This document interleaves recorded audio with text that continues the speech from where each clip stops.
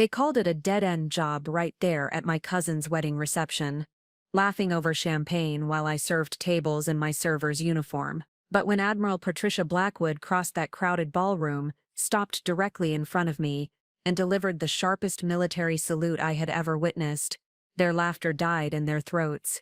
And suddenly everyone wanted to know exactly who I really was. Before we jump back in, tell us where you're tuning.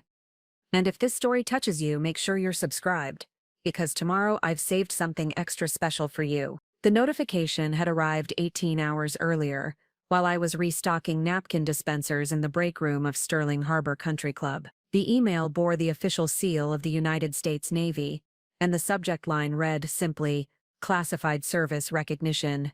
Immediate response required." My hands trembled as I opened the message on my phone, half convinced it was an elaborate phishing attempt. "Lieutenant Sarah Michelle Torres," the message began. "Your exceptional service in Operation Silent Guardian has been declassified for the purpose of presenting you with the Navy Cross for extraordinary heroism in the line of duty. Admiral Patricia Blackwood will present this commendation at 1900 hours on Saturday, November 18th at Sterling Harbor Country Club during the Pemberton Morrison wedding reception. This recognition has been specifically timed and located to honor your sacrifice while maintaining the security protocols that have protected your identity for the past 3 years." I read the message 4 times before the words began to register.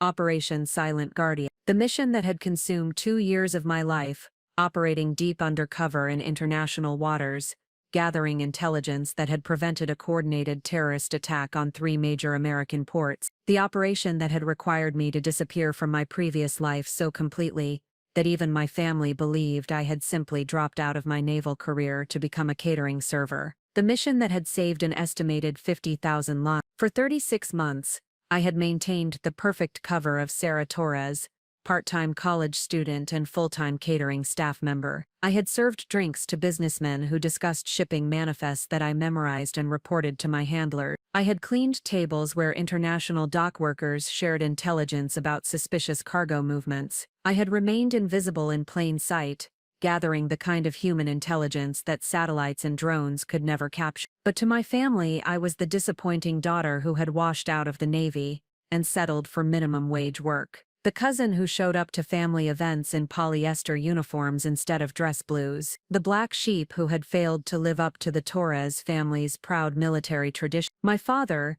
Colonel Roberto Torres, had served 3 tours in Afghanistan. My brother Miguel wore the rank of major in the Marine Corps. My uncle Francisco had retired as a Navy captain after 25 years of distinguished service. The Torres name carried weight in military circles, but I had become the embarrassing footnote who could not maintain her commission, except that I had never lost my commission. I had been promoted twice during my undercover assignment, achieving the rank of lieutenant while my family believed I was struggling to complete community college courses. My service record included commendations for valor, intelligence gathering, and operational security that would have made my father proud if he had been authorized to know about them. The Sterling Harbor Country Club buzzed with activity as I prepared for the evening shift. The Pemberton Morrison wedding was the social event of the season, bringing together 2 of the city's most prominent families. The guest list included judges, politicians, business leaders, and military officials. It was exactly the kind of high-profile gathering where information flowed as freely as expensive wine. It was also exactly the kind of event where my extended family would be in attendance,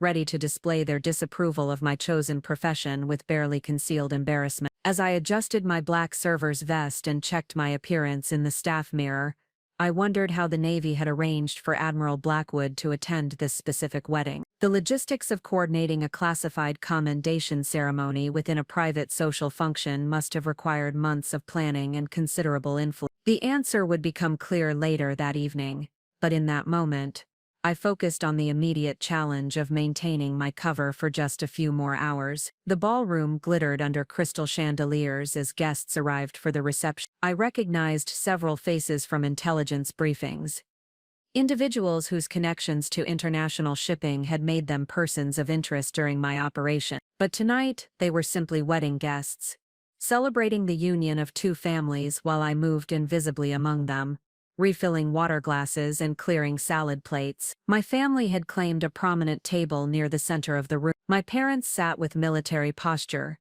My father resplendent in his dress uniform, my mother elegant in navy blue silk. Miguel had flown in from Camp Pendleton, his marine dress blues, drawing admiring glances from other guests. Uncle Francisco wore his Naval Academy ring with the pride of a man whose service had earned him genuine respect. And then there was me, weaving between tables with a water pitcher, hoping they would not notice my presence and spare us all the awkwardness of public acknowledgement. But family dynamics have a way of asserting themselves regardless of our preferences. "Sarah!" My cousin Elena called out as I passed their table, her voice carrying across the immediate area. "Come say hello to everyone, we haven't seen you in months." I approached their table with the professional smile I had perfected during years of customer service, but the familiar weight of family judgment settled on my shoulders like a heavy cloak. "Hello everyone. I hope you're enjoying the reception." My father's expression tightened as he took in my server's uniform. "Still working the catering circuit, I see. The pay is steady, and the schedule works with my class schedule," I replied, maintaining the cover story that had become second nature. "Classes at the community college," Elena clarified for the benefit of guests at neighboring tables, her tone carrying just enough emphasis to ensure everyone understood the distinction between community college and real higher education. Miguel shifted uncomfortably in his dress blue. "Sarah, you know there are veteran education benefits available. The GI Bill could cover a real university program." "I'm fine with my current situation," I said, the words tasting like ash as I spoke. Uncle Francisco leaned back in his chair, his Naval Academy ring catching the chandelier light. "It's a shame. Really. Sarah had potential in the Navy, could have made something of herself if she had stuck with it." The conversation continued around me, as I stood there in my server's uniform, listening to my family discuss my failures with the casual air of people analyzing a disappointing investment. They spoke about duty, honor and service while I held a water pitcher, invisible in my supposed mediocrity. "The Torres family has always served with distinction," my father said to the table at large. "3 generations of commissioned officers. It breaks a tradition when someone chooses an easier path." I excused myself before my carefully maintained composure could crack, returning to my duties with the practiced efficiency that had become my shield against their disappointment. But as I moved through the ballroom refilling glasses and clearing plates, I began to notice subtle changes in the atmosphere. Additional security personnel had positioned themselves at strategic points around the room. The hotel manager was speaking in hushed tones with several men in dark suits who were clearly not wedding guests. At 1847 hours I spotted her across the room. Admiral Patricia Blackwood was unmistakable, even in civilian evening wear.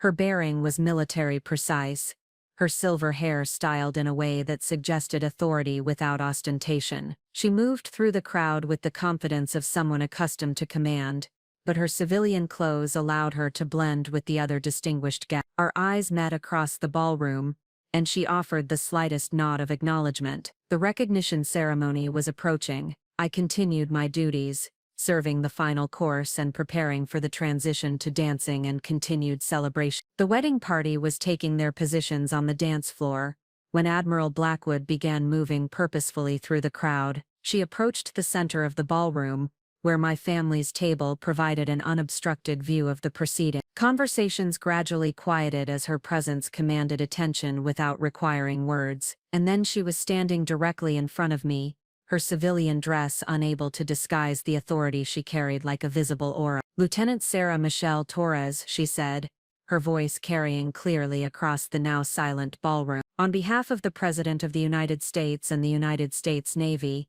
I have the honor of presenting you with the Navy Cross for extraordinary heroism and distinguished service in combat operations." The Admiral's salute was sharp, precise, and held with the respect reserved for the highest honors. Around us, 300 wedding guests stood in stunned silence as the implications of her words registered. My family's table was visible in my peripheral vision, their expressions shifting from confusion to shock to dawning realization. My father's mouth hung open, his usual composed military bearing shattered by the impossibility of what he was witnessing. I returned Admiral Blackwood's salute with the precision drilled into me through years of training, my server's uniform suddenly feeling like the costume it had always been. Lieutenant Torres, the Admiral continued, her voice formal but warm, for 24 months you operated in the most dangerous intelligence-gathering mission in recent naval history. Your dedication to duty, your courage under fire, and your successful completion of Operation Silent Guardian prevented a coordinated terrorist attack that could have claimed 50,000 American lives. The ballroom remained frozen in absolute silence, the weight of classified information being revealed in the most public way possible. Your sacrifice has been extraordinary. While your family and friends believed you had left military service, you were actually serving your country in the most critical way possible, gathering intelligence that our national security depended upon. You accepted isolation, misunderstanding, and personal sacrifice to protect Americans who will never know your name. Admiral Blackwood reached into her evening bag and withdrew a Navy Cross in its presentation case. The metal gleamed under the chandelier light, its ribbon a testament to the highest level of military valor. This commendation has been declassified specifically for this moment, Lieutenant Torres. Your country wants your family and your community to know exactly who you are and what you have accomplished in service to your nation. As she pinned the Navy Cross to my server's vest, transforming my uniform from a symbol of disappointment into a display of extraordinary honor, I felt 3 years of maintained composure finally begin to crack. The applause began slowly, with Admiral Blackwood herself leading the recognition. But it built steadily as the 300 guests realized they were witnessing a moment of genuine heroism being acknowledged. The sound filled the ballroom, reflecting off crystal and marble, creating a symphony of respect and admiration. My family remained seated at their table, their faces displaying the complex emotions of people whose fundamental assumptions about reality had just been shattered. Pride, shock, guilt and amazement warred across their expressions as they struggled to reconcile the daughter they thought they knew, with the naval officer who had just received the nation's second-highest military decoration. But the ceremony was not finished. Admiral Blackwood raised her hand, requesting silence. Ladies and gentlemen, I want you to understand exactly what Lieutenant Torres accomplished during Operation Silent Guardian. Working undercover in this very establishment, she identified and tracked a terrorist cell that was planning simultaneous attacks on the ports of Los Angeles, Houston, and Norfolk. Her intelligence gathering led to the prevention of attacks that would have disrupted international commerce and claimed tens of thousands of lives. The Admiral's words continued, painting a picture of dedication and heroism that transformed my 3 years of apparent failure into evidence of extraordinary service. Preparing and narrating this story took us a lot of time, so if you are enjoying it, subscribe to our channel, it means a lot to us. Now back to the story. Lieutenant Torres accepted an assignment that required her to disappear from her previous life completely. She allowed her family and friends to believe she had failed in her military career in order to maintain the cover that made her mission possible. For 36 months, she gathered intelligence, while accepting the personal cost of being misunderstood and underestimated by the people she loved most. As Admiral Blackwood spoke, I watched my family's faces transform. The disappointment that had defined their perception of me for 3 years was being replaced by understanding and pride, but also by the painful realization of how wrong they had been. This level of sacrifice represents the highest traditions of naval service, the Admiral concluded. Lieutenant Torres exemplifies the dedication and selflessness that protect our nation every day, often without recognition or acknowledgement. The second round of applause was thunderous, sustained, and filled with the kind of respect reserved for genuine heroes. But through the sound, I could see my father's shoulders shaking as he struggled with emotions he rarely displayed publicly. Admiral Blackwood leaned closer, speaking quietly enough that only I could hear her words. Lieutenant, your follow-up assignment begins Monday morning. Report to Naval Intelligence Command at 0800 hours. Your cover assignment is complete, and your country needs your expertise in your true capacity. The formal ceremony concluded with another exchange of salutes, but the personal reckoning was just beginning. As the Admiral moved away and the crowd gradually returned to wedding celebrations, I found myself facing the table where my family sat in stunned silence. My father stood slowly, his dress uniform reflecting the overhead lights, his expression unreadable. For a moment, we looked at each other across the space that had been filled with years of disappointment and misunderstanding. Then he crossed to where I stood, stopped directly in front of me, and delivered his own salute, sharp and precise and filled with the pride that had been absent for 3 years. "Forgive me, Lieutenant," he said, his voice thick with emotion. I should have known that a Torres would never truly abandon her duty. The embrace that followed contained 3 years of withheld approval, unspoken pride, and the complex pain of a family learning to see each other clearly for the first time. But as I stood there in my server's uniform with the Navy Cross pinned above my name tag, I realized that the most important recognition had not come from Admiral Blackwood, or from the 300 wedding guests who had witnessed my commendation. It had come from finally being able to tell the truth about who I was, and what I had accomplished in service to something larger than myself. The wedding reception continued around us, but for the Torres family, the evening had become something entirely different. It had become the moment when years of misunderstanding were replaced by recognition, when disappointment was transformed into pride, and when the cost of service was finally acknowledged by the people whose approval had mattered most. As the dancing resumed and the celebration continued, I excused myself to the staff break room where this day had begun 18 hours earlier. I sat in the same chair where I had read Admiral Blackwood's message, but everything had changed. My phone displayed 17 missed calls and 43 text messages from extended family members who had already heard about the evening's events. The story was spreading through military networks and social media with the speed that only genuine heroism can generate. But the message that mattered most had come from my brother Miguel, sent just minutes after the ceremony concluded.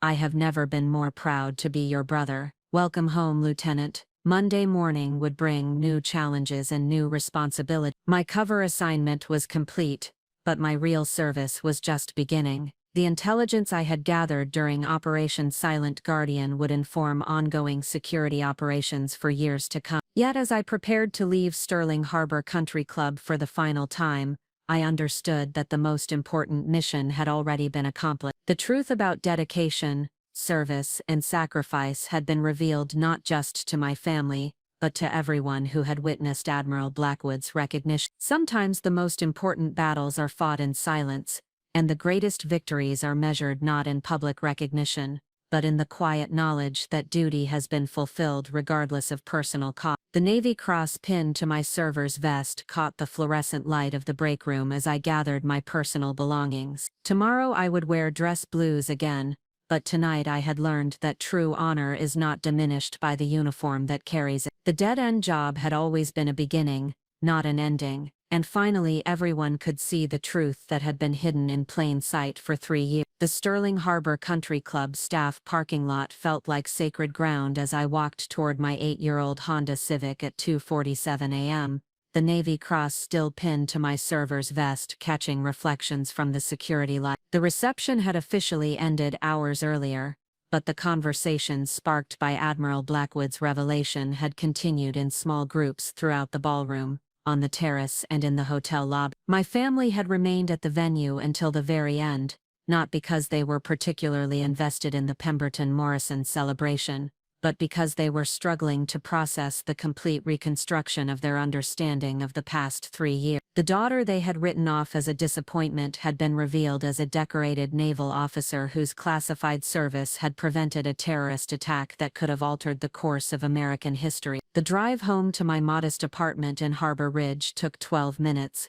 but the journey felt like traveling between 2 different universes. 3 hours earlier, I had been Sarah Torres, the family embarrassment who served drinks for a living. Now I was Lieutenant Sarah Michelle Torres, recipient of the Navy Cross and veteran of one of the most significant counterterrorism operations in recent memory. My phone had been vibrating continuously since Admiral Blackwood's presentation, creating a symphony of notifications that I had been ignoring throughout the remainder of my shift. As I parked outside my apartment building, I finally examined the accumulation of messages that had transformed my device into a command center for managing sudden fame. The first call had come from my sister Carmen, stationed at Naval Air Station Pensacola, who had learned about the ceremony through military channels before the civilian guests had fully processed what they had witnessed. Her voicemail was a mixture of pride, amazement, and barely contained excitement that bordered on professional hysteria. "Sarah, my entire squadron is talking about your commendation, the Navy Cross for Intelligence Operations, Do you understand what that means? I've been telling everyone that my sister is a freaking hero, and they already knew because your story is spreading through every naval installation on the East Coast. The second message came from Captain James Morrison, my former commanding officer from my initial naval training, who had maintained periodic contact throughout my supposed civilian employment. His voice carried the satisfaction of someone whose faith in a subordinate had been dramatically vindicated. Lieutenant Torres, I want you to know that Admiral Blackwood briefed me on Operation Silent Guardian 6 months ago when your commendation was being processed. I have never been more proud of an officer under my command.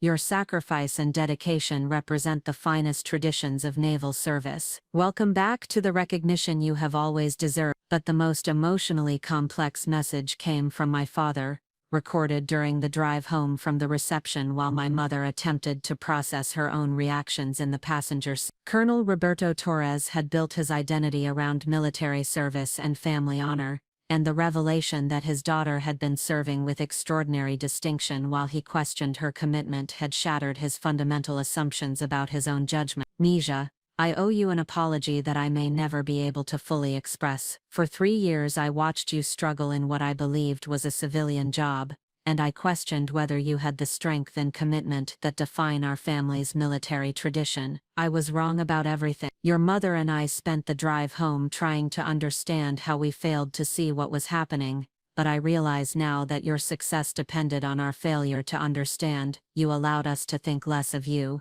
so that you could protect people we will never meet. That level of sacrifice is beyond my comprehension, but it fills me with pride that exceeds any commendation I have ever received. The voicemail continued for another 2 minutes, with my father's voice breaking as he attempted to articulate emotions that his military training had never prepared him to express. The man who had questioned my dedication was learning to see me as someone whose service had surpassed his own in ways he was still struggling to understand. I climbed the stairs to my second-floor apartment, the Navy Cross making my server's uniform feel like a costume that no longer fit the person wearing it. The modest space that had served as my sanctuary during 3 years of undercover work suddenly felt like a museum exhibit documenting a life that had officially ended several hours earlier. The apartment reflected the careful construction of Sarah Torres, community college student and part-time catering employee. Textbooks for psychology and business administration courses were stacked on the kitchen table,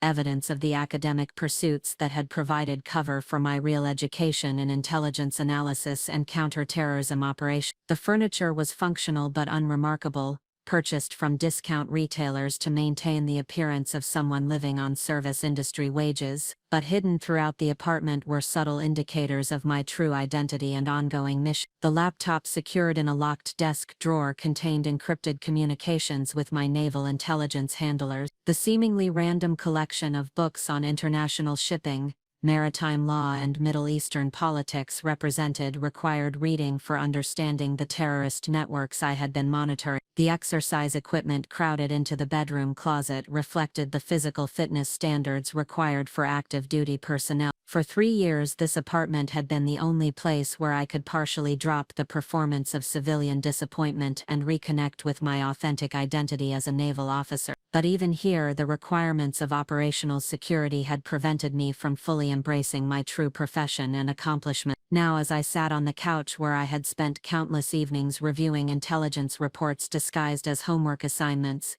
the weight of maintained deception began to lift for the first time in 36 months. My secure phone rang at 3:23 a.m. with the distinctive tone reserved for official communications. The caller identification displayed the number for Naval Intelligence Command, and I recognized the voice of Commander Patricia Singh, my primary handler throughout Operation Silent Guardian. Lieutenant Torres, I trust that Admiral Blackwood's presentation went according to plan.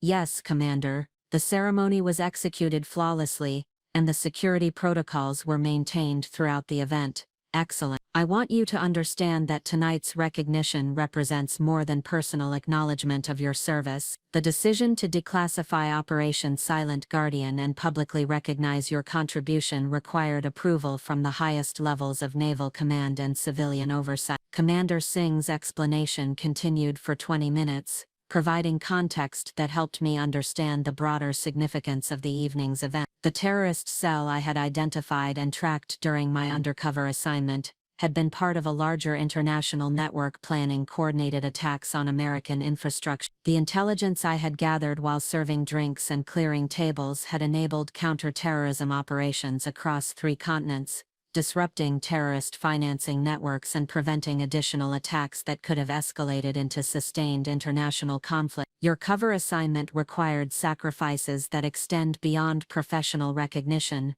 Commander Singh acknowledged. You accepted isolation from your family, misunderstanding from your community, and the personal cost of being seen as someone who had failed to live up to your potential. That level of dedication to mission success represents the highest standards of naval service. The conversation concluded with confirmation of my new assignment beginning Monday morning. I would be reporting to Naval Intelligence Command Headquarters in Norfolk, where I would be briefing other officers on the techniques and insights developed during Operation Silent Guardian. My expertise in human intelligence gathering and undercover operations would inform training programs and operational planning for future missions requiring similar deep cover assignment. But the transition from covert operative to recognized naval officer would require more than simply reporting for duty and dress blues. 3 years of maintained deception had created complex relationships and obligations that would need to be carefully managed as I reclaimed my authentic identity. The Sterling Harbor Country Club had been more than just a workplace during my undercover assignment. The relationships I had developed with fellow employees,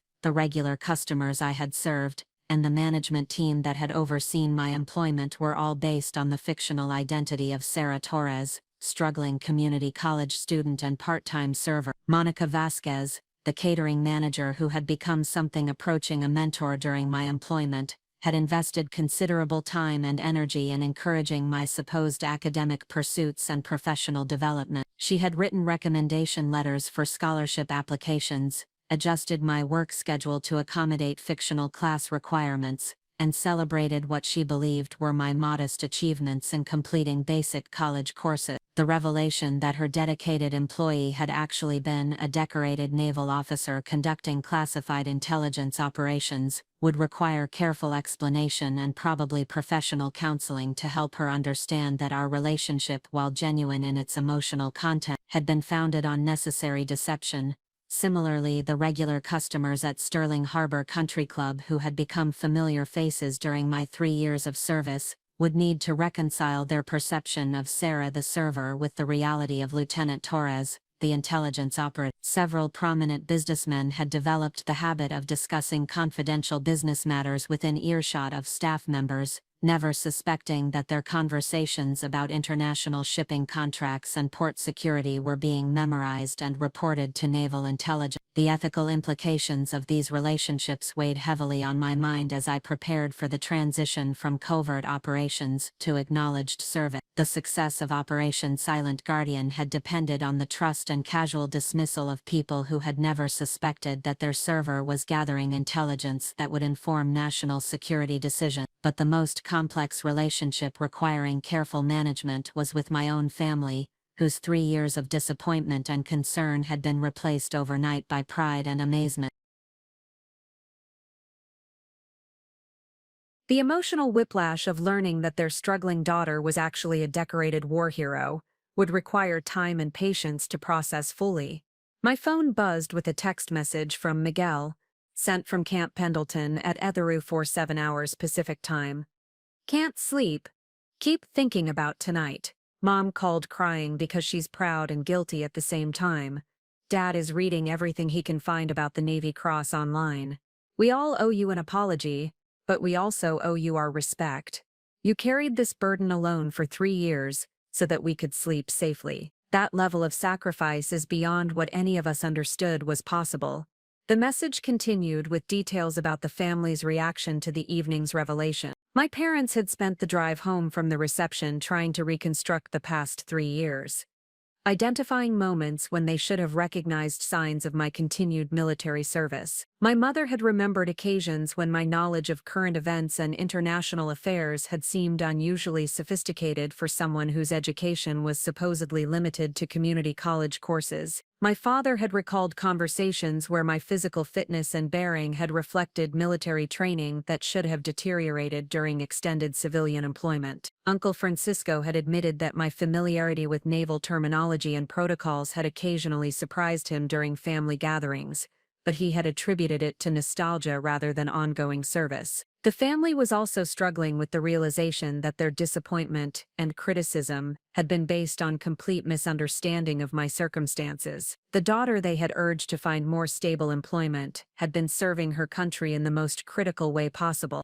The cousin they had encouraged to pursue more ambitious educational goals had been receiving advanced training in intelligence analysis and counterterrorism operations. Most painfully, they were recognizing that their expressions of concern and disappointment had added to the personal cost of my service, rather than providing the family support that sustained military families through difficult deployments and challenging assignments. As dawn approached over Harbor Ridge, I stood at my apartment window looking out at the community where I had lived in careful anonymity for 3 years. The modest neighborhood had provided perfect cover for my assignment, populated by working families and young professionals whose lives were focused on immediate concerns rather than speculation about their neighbors' hidden identities. Miss Chain, who lived in the apartment below mine, had occasionally invited me for dinner, concerned that a young woman working evening shifts at a catering company might not be eating properly. Her kindness had been genuine, but it had also been informed by her perception of me as someone struggling to make ends meet while pursuing basic educational goals. Tony Ramirez, who worked maintenance for the apartment complex, had offered to help me move furniture and fix minor problems with my unit, treating me with the protective concern typically extended to young women living alone on limited income. His assistance had been appreciated, but it had also been based on his assumption that I lacked the resources or connections to handle these challenges independently. The entire community had embraced Sarah Torres as someone deserving of support and encouragement, never suspecting that their kindness was being extended to a naval officer whose service record included commendations for valor and whose security clearance provided access to classified information that could affect national policy. The transition from this carefully constructed civilian identity to acknowledged military service would require delicate handling of relationships built on necessary deception, but genuine emotional connection. My secure laptop chimed with an encrypted message from Naval Intelligence Command containing preliminary details about my new assignment. The attached files included briefing materials for congressional testimony about Operation Silent Guardian, speaking notes for presentations to Allied intelligence services, and curriculum development guidelines for training programs based on my undercover experience. The scope of my new responsibilities reflected the strategic value of the knowledge and expertise I had developed during 3 years of deep cover operations. The techniques I had developed for gathering human intelligence in civilian settings would inform training programs for future operatives. The insights I had gained into terrorist recruitment and financing networks would guide ongoing counterintelligence efforts, but the assignment also included responsibilities that extended beyond military operations into public relations and civilian education. Naval Intelligence Command wanted me to serve as a spokesperson for the value of intelligence gathering and the sacrifices made by service members whose contributions cannot be publicly acknowledged during their active operation. This public role would require me to navigate the complex emotions of families and communities who were learning that people they had dismissed or underestimated had actually been serving their country in extraordinary way. My story would become a case study in the cost of necessary deception and the challenge of maintaining personal relationships while fulfilling classified responsibilities. As I prepared for the shower that would wash away the last traces of my cover identity, I reflected on the profound transformation that had occurred during a single evening. The woman who had begun Saturday morning as a disappointing daughter and struggling student had ended the day as a decorated naval officer whose service had prevented terrorist attacks and saved thousands of lives. But the most significant change was not in how others perceived me, but in my own relationship with the truth about my identity and accomplishment. For 3 years I had been required to internalize the performance of mediocrity and failure, accepting criticism and disappointment without being able to defend my actual achievements or explain my true circumstance. The psychological cost of maintaining this deception had been substantial, requiring constant vigilance to ensure that my responses to family criticism and community concern remained consistent with my cover identity. The discipline required to accept undeserved disappointment without revealing the truth had tested my emotional resilience in ways that traditional military training could never replicate. Now, as I prepared to reclaim my authentic identity and acknowledge my actual accomplishments, I was discovering that the transition from hidden service to public recognition carried its own challenges. The relief of no longer maintaining deception was balanced by the responsibility of helping others understand the necessity and cost of the sacrifices that had been required. The Navy Cross pinned to my server's vest represented more than personal recognition for exceptional service. It symbolized the acknowledgement that some of the most important contributions to national security occur in shadows and silence, performed by individuals whose dedication to duty exceeds their need for recognition or understanding. Monday morning would bring new challenges and responsibilities, but Sunday would be dedicated to helping my family and community understand the person I had always been, even when circumstances required me to appear to be someone else entirely. Sunday morning arrived with the peculiar weight of a day that would redefine decades of family relationships. At 08:47 hours, I stood before the mirror in my Harbor Ridge apartment, preparing for what would undoubtedly be the most complex conversation of my military career. The woman reflected back at me wore civilian clothes for what might be the final time as Sarah Torres, community college student and part-time servant. Tomorrow I would report to Naval Intelligence Command in dress blues,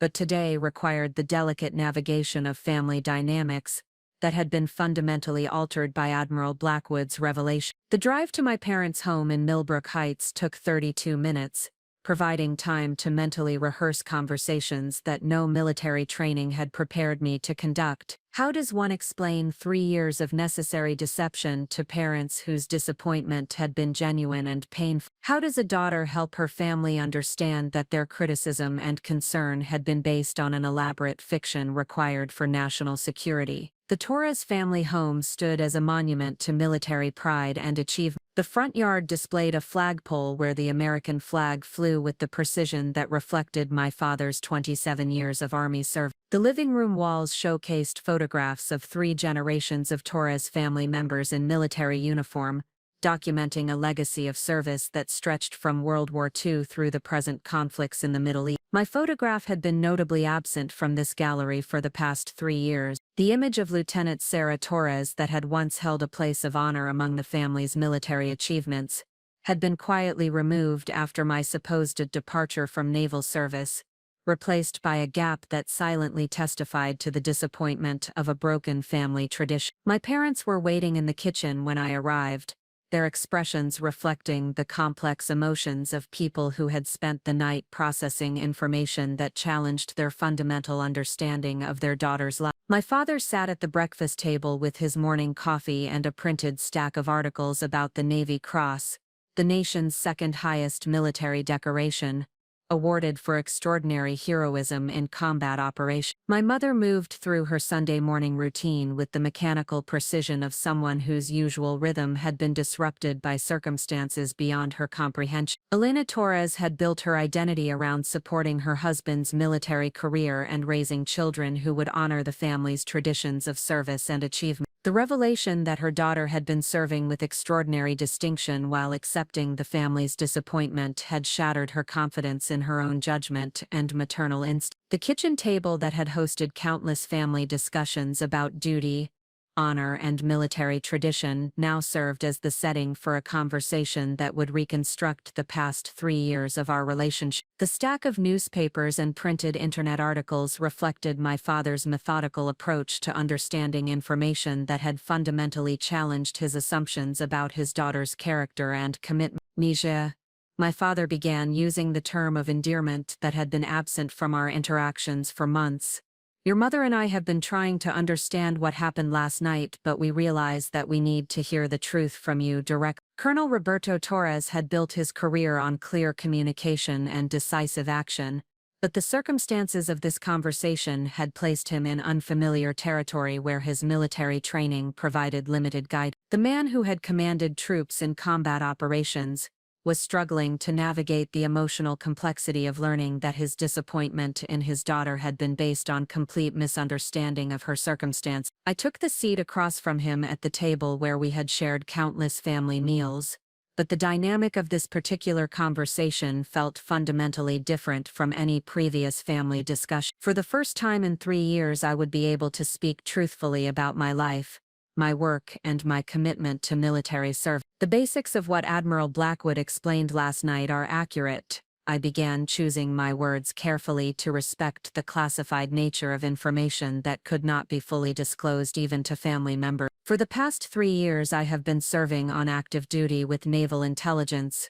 conducting an undercover operation that required me to maintain the appearance of civilian employment. My mother stopped her movement around the kitchen and turned to face me directly, her expression reflecting the struggle to reconcile the daughter she thought she knew with the naval officer who had been revealed the previous evening. "You mean you were still in the Navy this entire time? Well, we thought you had dropped out and were working at the country club."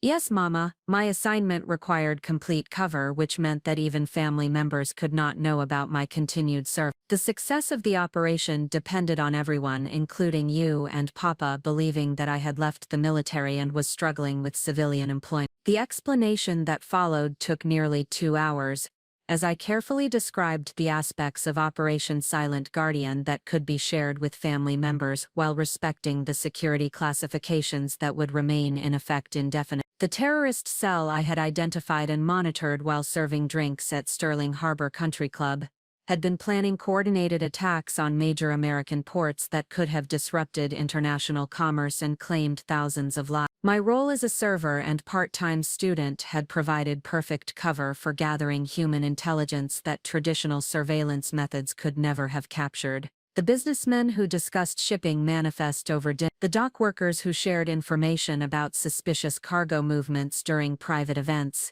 and the international visitors who revealed details about port security vulnerabilities had all contributed intelligence that proved critical to preventing catastrophic attacks. So when you were serving at corporate events and private parties, you were actually gathering information for the Navy? My father asked, his tone reflecting the professional curiosity of a career military officer trying to understand operational details. Among other responsibilities, yes, the intelligence I gathered was analyzed by teams of specialists and used to map terrorist financing networks, identify security vulnerabilities, and coordinate with international law enforcement agencies. My position at the country club provided access to information that could not have been obtained through traditional intelligence methods. My mother sat down at the table, her expression reflecting the emotional complexity of a woman learning that her concerns about her daughter's welfare had been irrelevant to someone whose actual life had been far more demanding and dangerous than she could have imagined. "Sarah,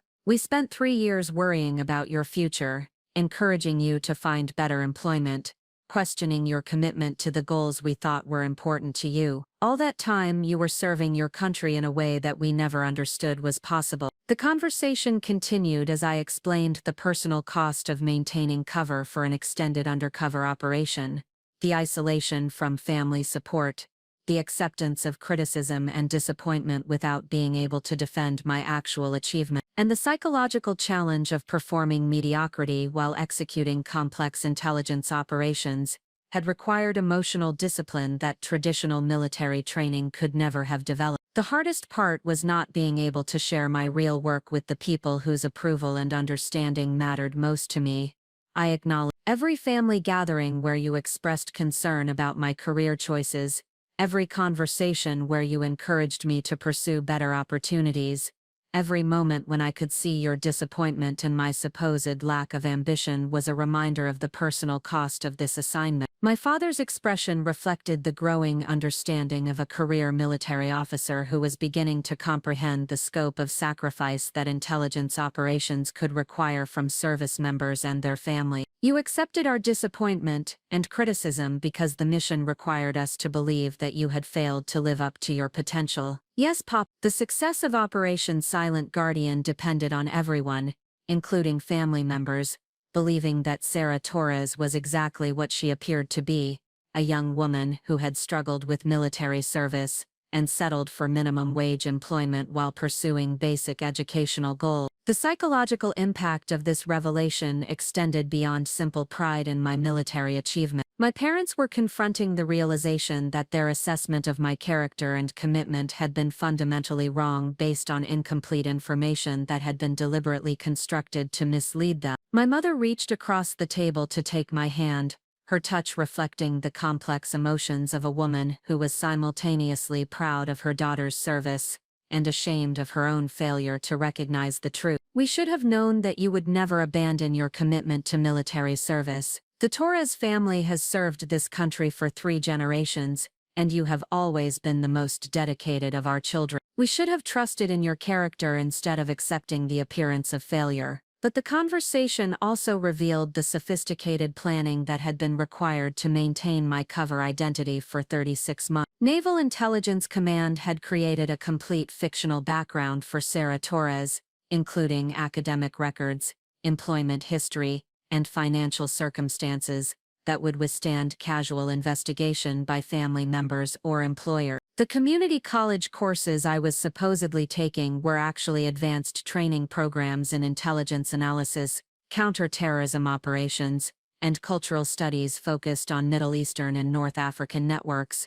I explained. The textbooks you saw in my apartment were real, but they were required reading for understanding the terrorist organizations I was monitoring, not introductory psychology and business administration courses. My father leaned back in his chair, his expression reflecting the professional appreciation of a career military officer who was beginning to understand the complexity and sophistication of modern intelligence operations. The level of planning and coordination required for this kind of long-term undercover assignment is extraordinary. Multiple agencies would have been involved in creating and maintaining your cover identity, monitoring your safety, and ensuring that the intelligence you gathered reached the appropriate analysis team. The conversation gradually shifted from explanation to reconciliation as my parents processed the information I had shared and began to understand the true nature of my service and sacrifice. The disappointment that had defined their perception of me for 3 years was being replaced by pride and admiration,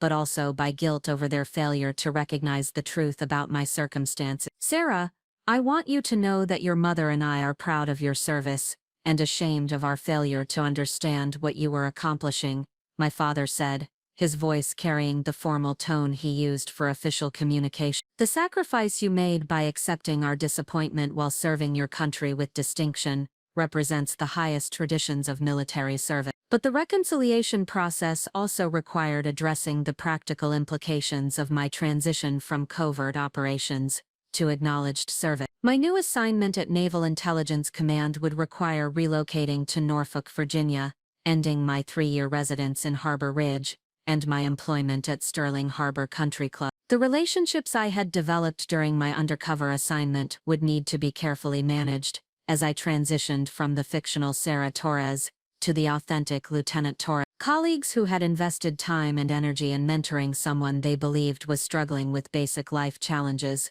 would need to understand that their kindness had been extended to a decorated naval officer whose circumstances had been far different from what they had perceived. The people at the country club who believed they were helping a young woman overcome educational and professional challenges were actually providing support to someone whose real work was protecting them from terrorist attacks they never knew were being planned, I explained to my parents. Their kindness was genuine, but it was based on misunderstanding my actual circumstances. My mother's expression reflected her growing appreciation for the ethical complexity of relationships built on necessary deception, but genuine emotional connection. How do you help people understand that your appreciation for their support was real even though the circumstances that prompted their concern were fictional? The question captured the essential challenge of transitioning from deep cover operations to acknowledged service. The relationships I had developed as Sarah Torres had been based on fictional circumstances,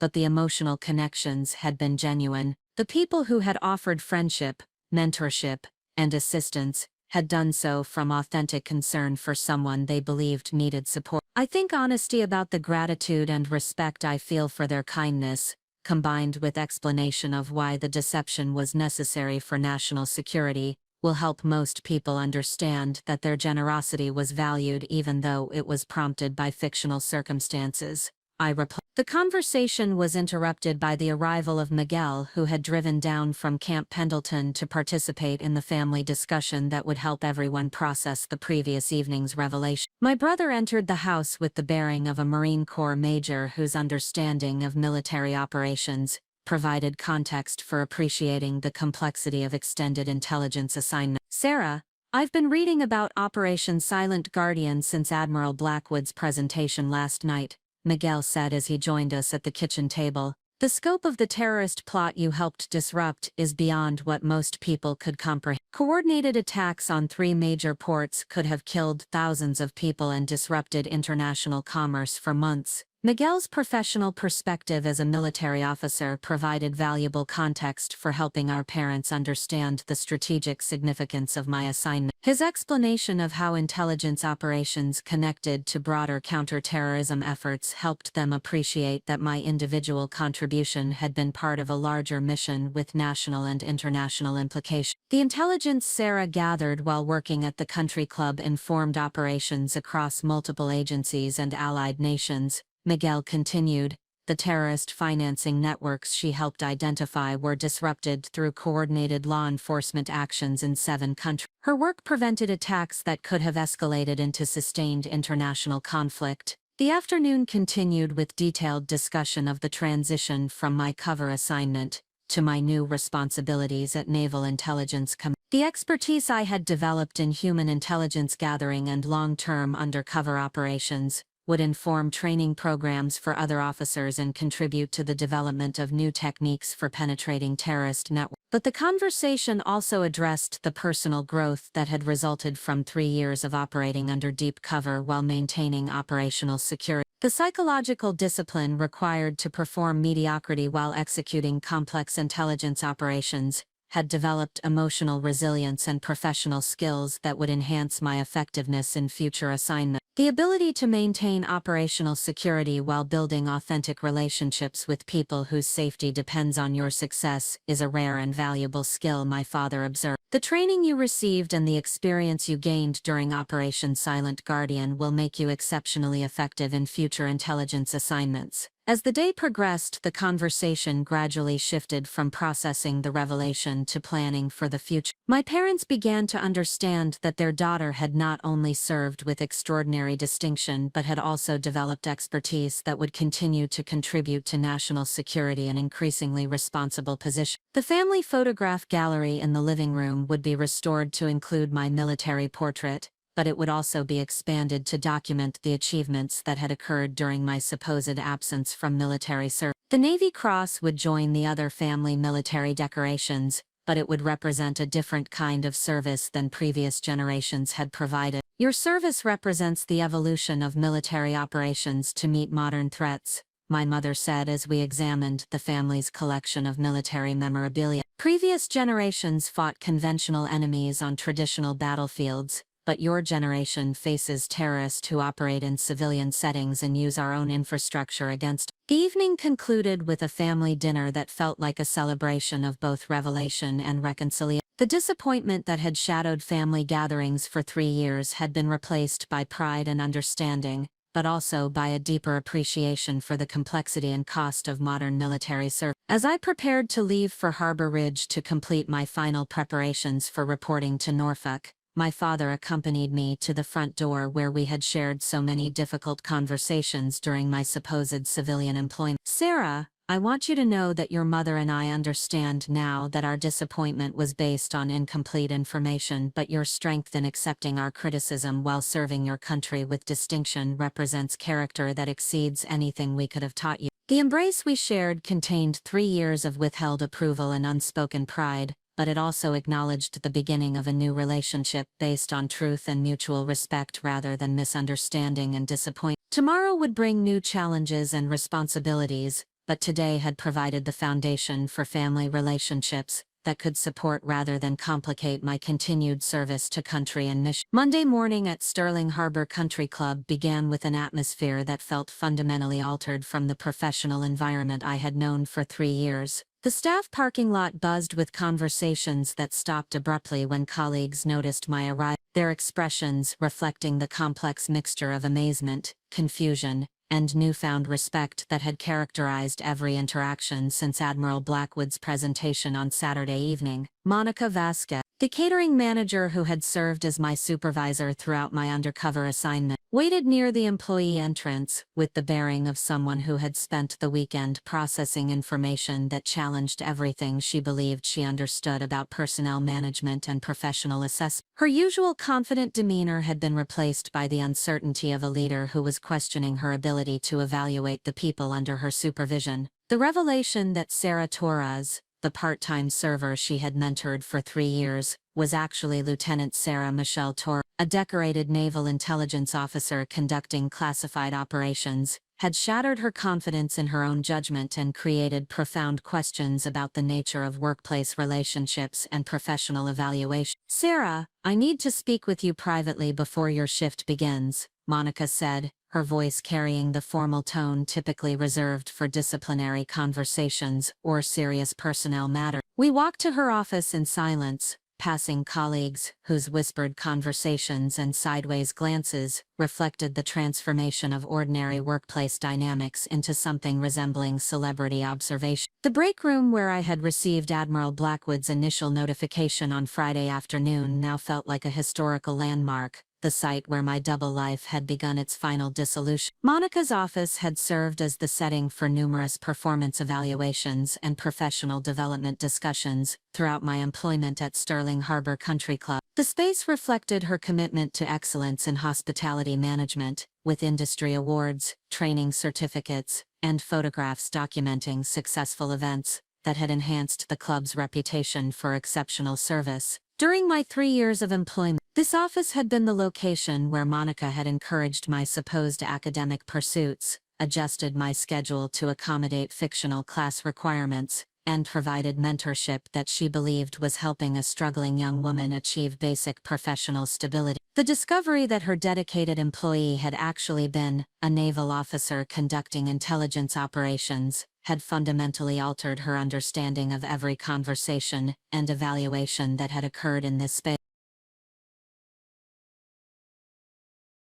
Sarah, I spent the weekend trying to understand what happened at the Pemberton Morrison reception, but I realize that I need to hear the explanation directly from you, Monica began, her tone reflecting the professional confusion of a manager whose assessment of employee performance had been revealed as completely inaccurate. The conversation that followed required delicate navigation of classified information restrictions, while providing enough explanation to help Monica understand the necessity and scope of the deception that had characterized our professional relationship. I explained that my employment at Sterling Harbor Country Club had been genuine in its execution, but fictional in its circumstances, designed to provide cover for intelligence-gathering operations that had been critical to national security. The work I performed as a server and the dedication I demonstrated to your standards of service were authentic, I assured her. The assignment required me to excel in civilian employment while maintaining the cover story that supported my intelligence operations. Your training and supervision helped me develop skills that contributed to the success of my mission. Monica's response reflected the complex emotions of a supervisor who was simultaneously proud of her role in supporting someone whose work had prevented terrorist attacks and concerned about the implications of being deceived by an employee for 3 years. The professional relationship she had believed was based on mutual honesty and straightforward employment had been revealed as something far more complex and strategically significant. You mean that every performance evaluation, every conversation about your academic goals, every discussion about your professional development was part of maintaining your cover for a naval intelligence operation. The conversations were genuine in terms of my appreciation for your mentorship and my commitment to excellence in the work I was performing, I replied carefully. The fictional elements were limited to my educational background and the reasons for my employment at the club. My respect for your leadership and my dedication to meeting your standards were completely authentic. The explanation continued for 45 minutes, as I described the aspects of Operation Silent Guardian that could be shared without compromising ongoing security requirements. The intelligence I had gathered while serving corporate events and private parties had contributed to mapping terrorist networks and preventing coordinated attacks on American infrastructure. Monica's understanding of the situation evolved as she began to appreciate the strategic significance of my assignment and the sophisticated planning that had been required to maintain effective cover for 36 months. Her initial confusion was gradually replaced by professional admiration for the complexity of operations she had never previously considered. The level of dedication required to excel in intelligence gathering while maintaining the performance standards of civilian employment is extraordinary, she acknowledged. You were essentially working two demanding jobs simultaneously, with the additional pressure of ensuring that your cover remained convincing to everyone around you. The conversation also addressed the practical implications of my transition from covert operations to acknowledged military service. My employment at Sterling Harbor Country Club would conclude effective immediately, but the relationships I had developed with colleagues and regular customers would require careful management, as I revealed my true identity to people who had invested time and energy in supporting someone they believed needed assistance. Many of our regular customers took personal interest in encouraging your academic pursuits and offering professional advice because they wanted to help someone they perceived as struggling with basic life challenges. Monica observed. Learning that their kindness was extended to a decorated naval officer whose actual circumstances were far different from what they understood will require significant adjustment. The morning staff meeting that followed our private conversation provided an opportunity to address the questions and concerns of colleagues who had worked alongside me for 3 years without suspecting that their coworker was conducting classified intelligence operations. The assembled servers, bartenders, and kitchen staff reflected the diverse backgrounds and motivations that characterize hospitality industry employment, but they shared the common experience of learning that their understanding of a colleague had been fundamentally incomplete. Maria Santos, a fellow server who had become something approaching a close friend during our overlapping shifts, spoke for many of her colleagues when she expressed the complex emotions that the revelation had generated among the staff. Sarah, we spent 3 years working together, covering each other's shifts, sharing tips about difficult customers and talking about our goals and challenges. Learning that you were actually a naval officer conducting intelligence operations makes me question whether I ever really knew you at all. The response I provided emphasized the distinction between my fictional circumstances and my authentic personality and value. The friendships I had developed with colleagues had been based on genuine respect and appreciation for their professionalism and character, even though the context for those relationships had been constructed as part of my cover assignment. The person you worked with for 3 years was the real me, operating within the constraints of an assignment that required fictional background details, I explained. My appreciation for your friendship, my respect for your professionalism, and my commitment to being a reliable teammate were completely genuine.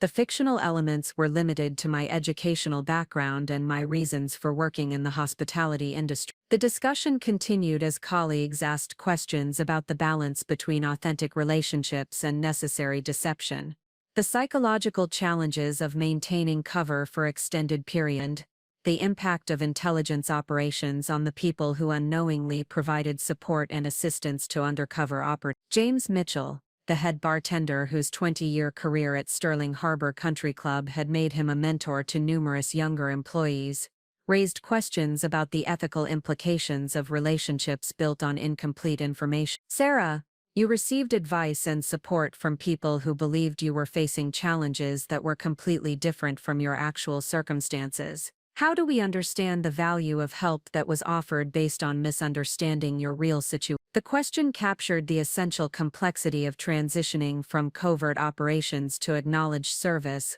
while maintaining respect for people whose kindness had been based on fictional circumstance. I explained that the gratitude I felt for their support and mentorship was genuine, regardless of the misunderstanding about my circumstances that had prompted their concern. The kindness and professionalism you demonstrated toward someone you believed needed encouragement and assistance reflects your character and values, I replied. The fact that my circumstances were different from what you understood does not diminish the value of your friendship or the positive impact of your support. The staff meeting concluded with discussions about the transition process and the importance of maintaining discretion about operational details that remained classified despite the public recognition I had received. My colleagues expressed pride in having worked alongside someone whose service had prevented terrorist attacks and contributed to national security, but they also acknowledged the adjustment required to reconcile their understanding of our relationships with the revelation of my true identity. The afternoon brought the complex process of concluding my employment responsibilities while managing inquiries from regular customers who had learned about Saturday evening's revelation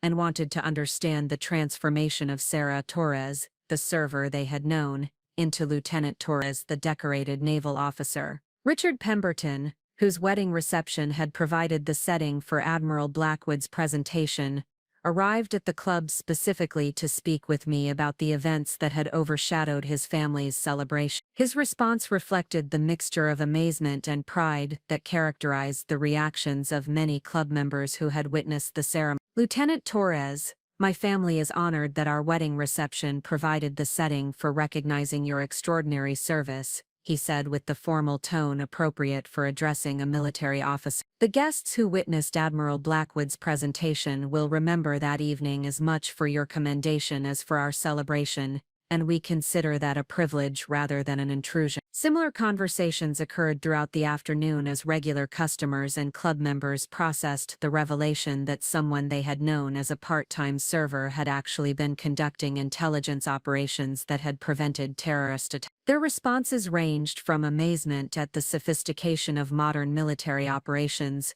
to personal pride in having unknowingly supported someone whose work had protected American lives.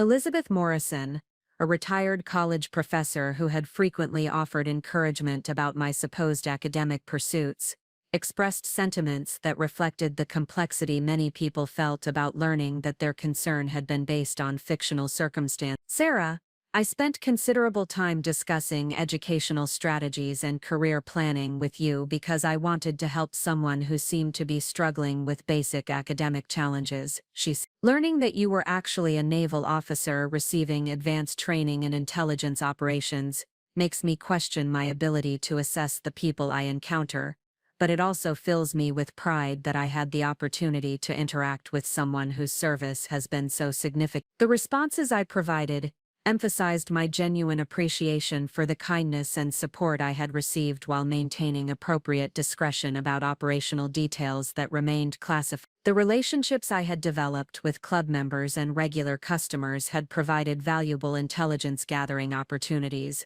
but they had also been sources of authentic human connection that had helped sustain me through the psychological challenges of extended undercover work. As the afternoon progressed, I completed the administrative tasks associated with concluding my employment at Sterling Harbor Country Club. The process included returning uniforms and equipment, finalizing payroll documentation, and transferring responsibility for regular customers and event assignments to other staff members. Monica accompanied me through the final checkout process, her demeanor reflecting the professional respect appropriate for someone whose assessment of my performance had been revealed as accurate, despite being based on incomplete information about my circumstance. Sarah, your performance evaluations consistently rated you as one of our most reliable and professional employees, she said as we reviewed my employment record. Learning that you were simultaneously conducting naval intelligence operations explains the exceptional attention to detail and situational awareness that distinguished your work from typical hospitality industry performance. The conversation also addressed the letters of recommendation that Monica had written for scholarship applications and academic programs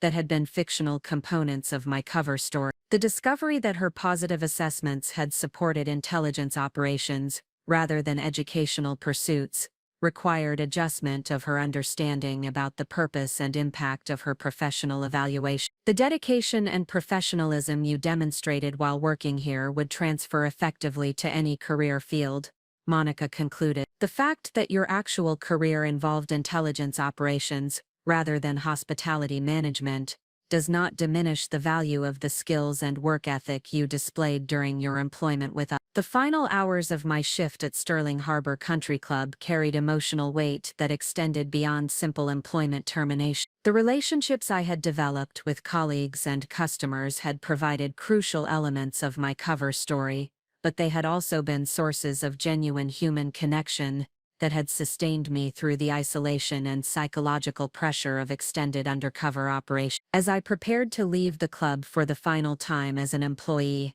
I reflected on the transformation that had occurred over the course of 4 days. The woman who had arrived for work on Friday morning as Sarah Torres, part-time server and struggling student, was departing on Monday evening as Lieutenant Sarah Michelle Torres, decorated naval officer transitioning to new responsibilities at Naval Intelligence Command. The parking lot where I had received Admiral Blackwood's initial notification now felt like sacred ground, the location where my double life had begun its final dissolution. The modest Honda Civic that had provided transportation for my cover identity would soon be replaced by military housing and official transportation appropriate for my actual rank and responsibility. But the most significant change was not in external circumstances, but in my relationship with the truth about my identity and accomplishment. For 3 years I had been required to accept misunderstanding and underestimation without being able to defend my actual achievements or explain my true circumstances. The psychological relief of no longer maintaining that deception was balanced by the responsibility of helping others understand the necessity and cost of the sacrifices that had been required. The drive back to my Harbor Ridge apartment took 38 minutes,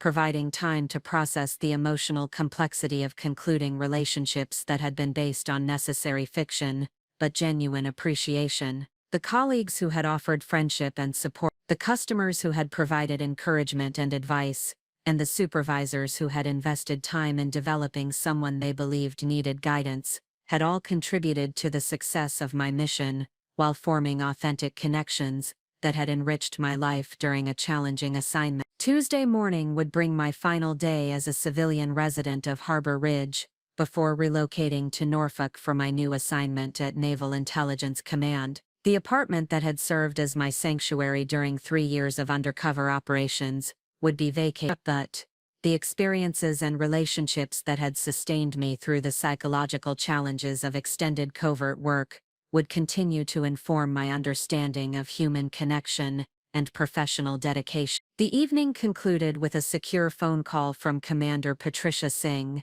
my primary handler throughout Operation Silent Guardian, who provided final briefing materials for my transition to acknowledged service and my upcoming responsibilities at Naval Intelligence Command. Lieutenant Torres, your successful completion of this assignment, under extremely challenging circumstances, has demonstrated capabilities that will be valuable in developing training programs and operational procedures for future deep cover operations, Commander Singh explained. The expertise you have gained in maintaining operational security while building authentic relationships will inform how we prepare other officers for similar assignments. The conversation provided context for understanding how my individual experience would contribute to broader institutional knowledge and capability development within Naval Intelligence Command. The techniques I had developed for gathering human intelligence in civilian settings, the psychological strategies I had employed for maintaining cover under sustained scrutiny,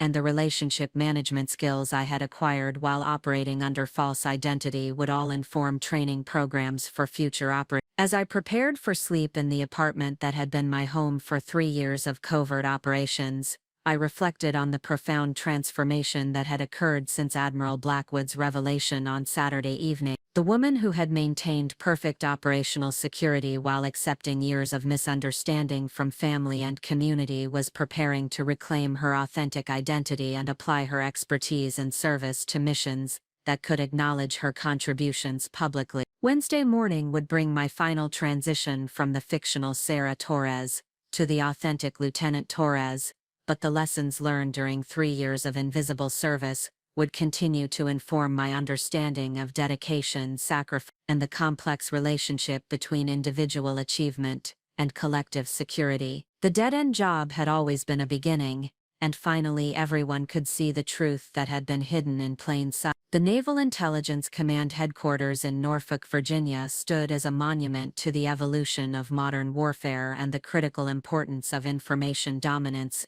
and protecting American interests. Lieutenant Sarah Michelle Torres approached the main security checkpoint at 0730 hours on Wednesday morning, her dress blue uniform reflecting the Virginia sunshine and carrying the Navy cross that had transformed her from an invisible operative into a recognized symbol of intelligence excellence. The transition from 3 years of carefully maintained civilian cover to acknowledged military service required adjustment to protocols and procedures that had been absent from her daily routine since the beginning of Operation Silent Guardian. The security clearance verification process, the formal military courtesies exchanged with personnel at every level, and the visible display of rank and decorations, represented a fundamental shift from the anonymity that had characterized her undercover assignment. Commander Patricia Singh waited in the main lobby of the intelligence complex, her bearing reflecting the professional satisfaction of a handler whose operational planning had achieved exceptional results, while maintaining the safety and effectiveness of personnel under extremely challenging circumstances. The success of Operation Silent Guardian had enhanced her reputation within the intelligence community and validated the unconventional approaches she had championed for penetrating terrorist networks through long-term human intelligence operations. The briefing that followed took place in a secure conference room where classified information could be discussed without the operational security constraints that had limited communication throughout the undercover assignment. For the first time in 36 months, Lieutenant Torres could speak freely about the scope and significance of her intelligence-gathering activities, without concern for maintaining cover or protecting fictional identity elements. Lieutenant Torres, your successful completion of Operation Silent Guardian has generated considerable interest within the intelligence community and among senior naval leadership, Commander Singh began. The techniques you developed for gathering human intelligence in civilian settings, and the insights you gained into terrorist recruitment and financing networks, represent valuable institutional knowledge that will inform future operations. The debriefing process extended through the morning, as Lieutenant Torres provided detailed analysis of the intelligence gathering methods she had employed, the relationship management strategies that had provided access to critical information, and the psychological techniques she had used to maintain operational security while building authentic connections with potential intelligence sources. The information she had collected while serving drinks and clearing tables at Sterling Harbor Country Club had contributed to the identification of terrorist financing networks that extended across 3 continents. The conversations she had overheard during corporate events and private parties had revealed security vulnerabilities at major American ports that had been subsequently addressed through enhanced protective measures. The scope of intelligence that had been gathered through her seemingly hospitality work demonstrated the potential effectiveness of long-term human intelligence operations conducted in civilian settings where traditional surveillance methods would have been ineffective or impossible to implement. The terrorist cell you identified and tracked was part of a larger international network planning coordinated attacks on critical infrastructure, Commander Singh explained. The intelligence you gathered enabled counter-terrorism operations in 7 countries and prevented attacks that could have escalated into sustained international conflict. The briefing also addressed the broader strategic implications of Operation Silent Guardian and the lessons that could be applied to future intelligence operations. The success of the mission had validated new approaches to penetrating terrorist networks and demonstrated the value of operatives who could function effectively in civilian environments while maintaining the discipline and analytical capabilities required for complex intelligence gathering. Lieutenant Torres learned that her assignment had been part of a larger initiative to develop intelligence capabilities that could address the evolving nature of terrorist threats. The traditional approaches of signal intelligence and satellite surveillance had proven insufficient for gathering the kind of human intelligence required to understand and disrupt terrorist networks that operated within civilian populations and used legitimate business activities to mask illegal operations. The afternoon brought introduction to the staff and facilities, where Lieutenant Torres would be conducting her new responsibilities. The Naval Intelligence Command Complex housed some of the most sophisticated analytical capabilities and the American intelligence community, with secure communication systems that connected directly to operational units throughout the world and database resources that contained decades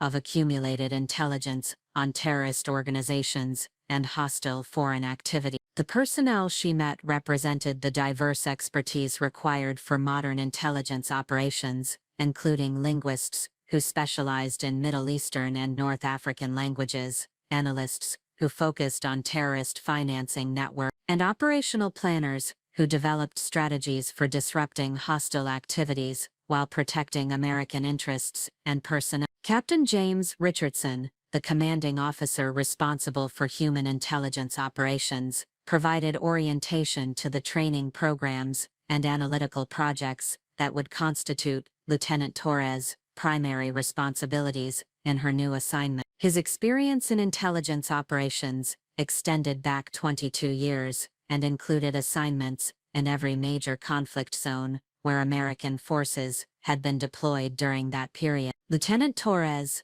your experience in long-term undercover operations provides perspective that is rare within our community, Captain Richardson observed.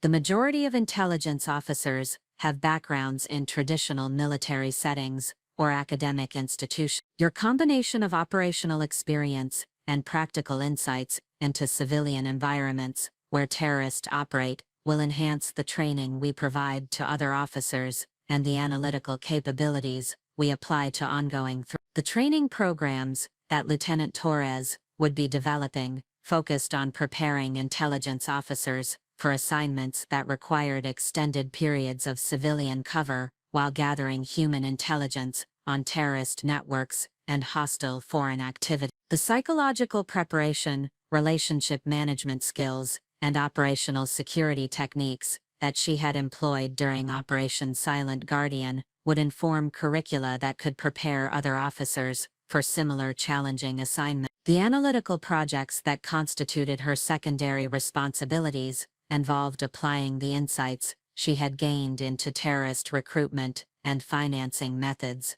to ongoing intelligence assessments of threats facing American interests. The patterns she had observed in terrorist communication methods, the vulnerabilities she had identified in their operational security, and the cultural factors that influenced their strategic planning would contribute to institutional understanding of how these organizations functioned and how they could be effectively disrupted. The afternoon also included briefings on the media attention and professional recognition that had resulted from Admiral Blackwood's public presentation of the Navy Cross. News outlets had covered the story extensively, focusing on the dramatic contrast between perceived failure and hidden heroism that had characterized Lieutenant Torres' situation for 3 years. The coverage had generated inquiries from congressional representatives who wanted to understand the strategic value of intelligence operations that required such extensive personal sacrifice from service members and their families. Military affairs journalists had requested interviews about the psychological challenges of maintaining cover for extended periods and the institutional support systems that enabled operatives to function effectively under such demanding circumstances. Professional organizations within the intelligence community had extended invitations for Lieutenant Torres to speak at conferences and training sessions where her experiences could contribute to broader understanding of human intelligence operations and the capabilities required for success in civilian environments. The public recognition you have received creates opportunities to advocate for the resources and support systems that enable intelligence operations while educating civilian leadership about the complexity and importance of this work, Captain Richardson explained. Your visibility within the intelligence community also provides a platform for recruiting and inspiring other officers who might consider similar assignments. The evening brought the first of many social obligations that would accompany Lieutenant Torres transition from covert operative to recognized intelligence professional. A reception hosted by the Norfolk Naval Officers Association provided opportunity to meet colleagues and senior leaders who had followed the developments of Operation Silent Guardian and wanted to express their professional admiration for the dedication and effectiveness she had demonstrated. The conversations at the reception reflected the respect that intelligence professionals had for the challenges of long-term undercover operations and the personal sacrifices that such assignments required from officers and their families. The colleagues she met expressed appreciation for the institutional knowledge she would be contributing and the training capabilities she would be developing based on her operational experience. Admiral Patricia Blackwood attended the reception and provided additional context about the decision to declassify Operation Silent Guardian and publicly recognize Lieutenant Torres' contributions, the strategic considerations that had influenced the timing and method of the recognition reflect broader institutional discussions about the value of acknowledging intelligence operations that could inspire other officers and educate civilian leadership about the importance of human intelligence capability. Lieutenant Torres, your public recognition serves multiple strategic purposes beyond acknowledging your individual achievements, Admiral Blackwood explained during their conversation. The intelligence community needs examples of excellence that can attract talented officers and demonstrate to civilian leadership the value of supporting sophisticated intelligence operations. The discussion also addressed the challenges of balancing operational security requirements with the institutional need to recognize and reward exceptional service. The decision to reveal Operation Silent Guardian had required careful consideration of ongoing security concerns and consultation with multiple agencies that had been involved in the broader counterterrorism efforts that had been informed by the intelligence Lieutenant Torres had gathered. The reception concluded with presentation of additional recognition from professional organizations within the intelligence community. The International Association of Intelligence Officers had selected Lieutenant Torres for their annual award, recognizing exceptional contribution to human intelligence operations, and the Naval Intelligence Professionals Organization had named her as their distinguished alumna for demonstrating the highest standards of dedication and effectiveness in intelligence gathering. The recognition reflected the understanding within the intelligence community that Lieutenant Torres' achievements represented more than individual excellence. Her success had validated new approaches to intelligence gathering and demonstrated capabilities that could be developed and applied to future operations, requiring similar sophisticated cover and relationship management skills. Thursday morning brought the beginning of Lieutenant Torres' formal responsibilities in developing training programs for officers who might be assigned to long-term undercover operations. The curriculum development project required analysis of the psychological preparation, technical skills, and operational security techniques that had contributed to the success of Operation Silent Guardian. The training materials she developed would address the unique challenges of maintaining fictional identity while building authentic relationships with potential intelligence sources.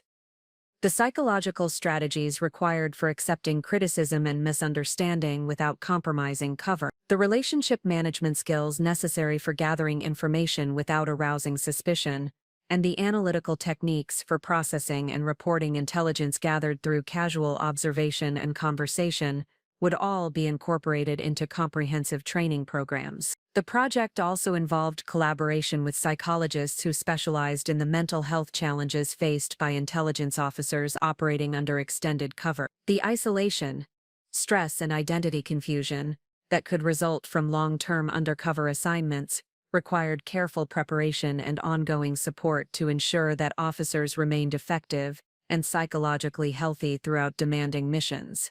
Margaret Chen, the chief psychologist for human intelligence operations, provided insights into the selection criteria and preparation methods that could identify officers with the psychological resilience required for extended undercover assignment. Her research had identified personality factors and coping mechanisms that correlated with success in maintaining cover while gathering effective intelligence under challenging circumstances. Lieutenant Torres, your ability to maintain operational effectiveness while accepting personal and professional misunderstanding for 3 years demonstrates psychological strengths that are rare but can be developed through appropriate training and support. Dr. Chen observed, understanding the techniques you employed for managing the emotional challenges of your assignment will help us prepare other officers for similar responsibilities. The collaboration with Dr. Chen extended through multiple sessions as Lieutenant Torres provided detailed analysis of the psychological strategies she had employed for maintaining mental health and operational focus throughout Operation Silent Guardian. The techniques she had developed for compartmentalizing the emotional impact of family disappointment, managing the stress of maintaining fictional identity, and processing the isolation that resulted from limited authentic relationships would inform psychological training programs and support systems for future operatives. The afternoon brought introduction to the analytical responsibilities that constituted the secondary component of Lieutenant Torres' new assignment. The intelligence she had gathered during Operation Silent Guardian continued to inform ongoing counterterrorism operations, and her insights into terrorist communication methods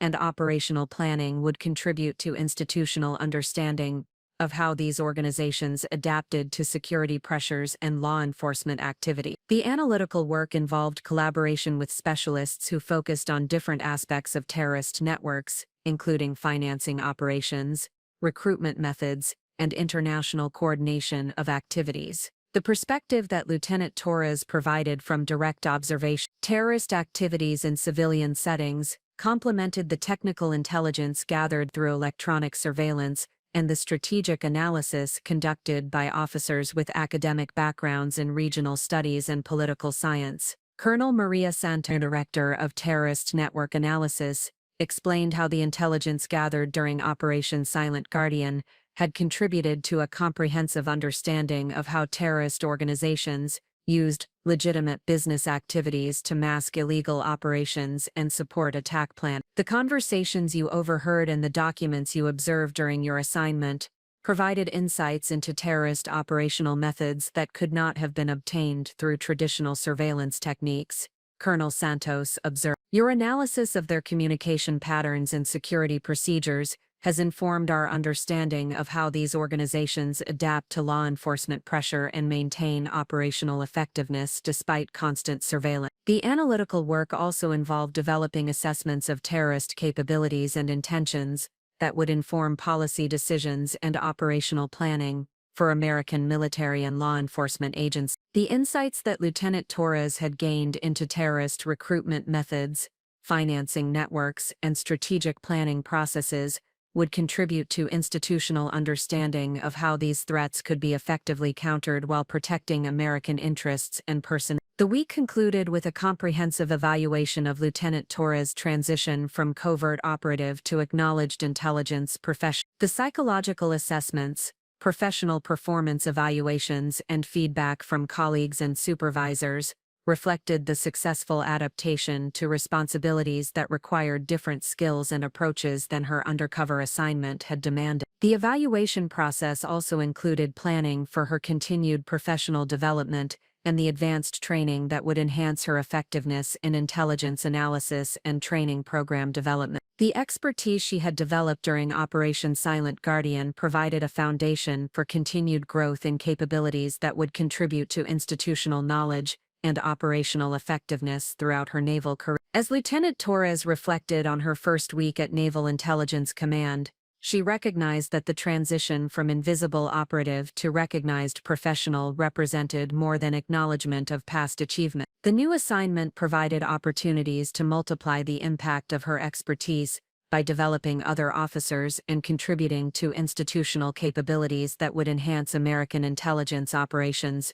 for years to come. The dead-end job that had provided cover for extraordinary service had concluded, but the beginning of a new phase of contribution to national security reflected the continuing evolution of a career dedicated to protecting American interests through excellence in intelligence operations. The summons to testify before the House Permanent Select Committee on Intelligence arrived on Thursday evening of Lieutenant Torres' second week at Naval Intelligence Command. The formal notification, delivered through official channels with appropriate security classifications, requested her presence for a closed-session hearing focused on the strategic value and operational requirements of long-term human intelligence operations in counterterrorism efforts. The invitation represented the intersection of individual achievement with institutional policy. As congressional representatives sought to understand how Operation Silent Guardian had contributed to national security and what resources would be required to maintain similar capabilities in future operations. Lieutenant Torres would become the public face of intelligence operations that typically remained invisible to civilian oversight, carrying the responsibility of articulating complex operational requirements to elected officials whose understanding of intelligence work was often limited to briefings and summary reports. The preparation for congressional testimony required coordination between Naval Intelligence Command, the Office of the Chief of Naval Operations, and the Department of Defense Office of Legislative Affairs. The testimony would address classified information that required careful balance between providing meaningful insight to congressional representatives and maintaining operational security for ongoing intelligence activity. Commander Patricia Singh served as the primary liaison for testimony preparation, working with Lieutenant Torres to develop responses that would educate congressional representatives about the complexity and value of human intelligence operations, while respecting classification requirements that protected sources, methods, and ongoing operations. The preparation sessions extended through multiple days as Lieutenant Torres reviewed briefing materials that provided context for understanding how Operation Silent Guardian connected to broader counterterrorism efforts and intelligence community priorities. The scope of her individual assignment had been part of a comprehensive strategy for penetrating terrorist networks and disrupting attack planning through sophisticated human intelligence operations that complemented technical surveillance and signals intelligence capability. The briefing materials revealed the strategic significance of information that Lieutenant Torres had gathered while serving drinks and clearing tables at Sterling Harbor Country Club. The intelligence she had collected about terrorist financing networks had informed operations across multiple agencies and allied nations, leading to the disruption of funding mechanisms that had supported terrorist activities throughout the Middle East and North Africa. The conversations she had overheard during corporate events and private parties had provided insights into port security vulnerabilities that had been subsequently addressed through enhanced protective measures implemented by the Department of Homeland Security and the Coast Guard. The relationship she had observed between legitimate business activities and illegal financing operations had informed regulatory changes that improved the ability of financial institutions to identify and report suspicious transactions. The testimony preparation also included coordination with representatives from other agencies that had benefited from the intelligence gathered during Operation Silent. The Federal Bureau of Investigation had used the information to identify domestic terrorist sympathizers and disrupt recruitment activities within American communities. The Central Intelligence Agency had applied the intelligence to enhance understanding of international terrorist coordination and communication methods. The Department of Treasury had utilized the financial intelligence to improve tracking of terrorist funding sources and enhance the effectiveness of economic sanctions designed to limit terrorist access to resources required for attack planning and operational activity. The comprehensive impact of Lieutenant Torres's intelligence gathering had extended far beyond the immediate prevention of port attacks to influence multiple aspects of American counterterrorism strategy. The congressional hearing took place in a secure facility within the Capitol complex, where classified information could be discussed without compromising ongoing operations or revealing sensitive sources and methods. The committee members represented both political parties and included representatives with extensive experience in national security oversight, as well as newer members whose understanding of intelligence operations was still developing. Representative Michelle Bradley, the committee chairwoman, opened the hearing with remarks that established the purpose and scope of the inquiry. Her questions focused on understanding how human intelligence operations, like Operation Silent Guardian, contributed to overall intelligence capabilities, and what institutional support was required to maintain effectiveness in such demanding assignments. The testimony that Lieutenant Torres provided emphasized the unique value of human intelligence in understanding terrorist networks that operated within civilian populations and used legitimate business activities to mask illegal operations. The relationship she had been able to develop with individuals who had direct or indirect connections to terrorist activities had provided access to information that technical surveillance methods could not have obtained. The psychological challenges of maintaining cover for extended periods while gathering intelligence under constant security pressure required institutional support systems that extended beyond traditional military training and preparation. The success of Operation Silent Guardian had depended on comprehensive planning that included psychological preparation, ongoing monitoring of mental health and operational effectiveness, careful coordination between multiple agencies to ensure that intelligence was properly analyzed and disseminated. Representative Thomas Mitchell, the ranking minority member, inquired about the personal costs and family impact of assignments that required such extensive deception and isolation from normal support systems. His questions reflected concern about the sustainability of operations that demanded such significant personal sacrifices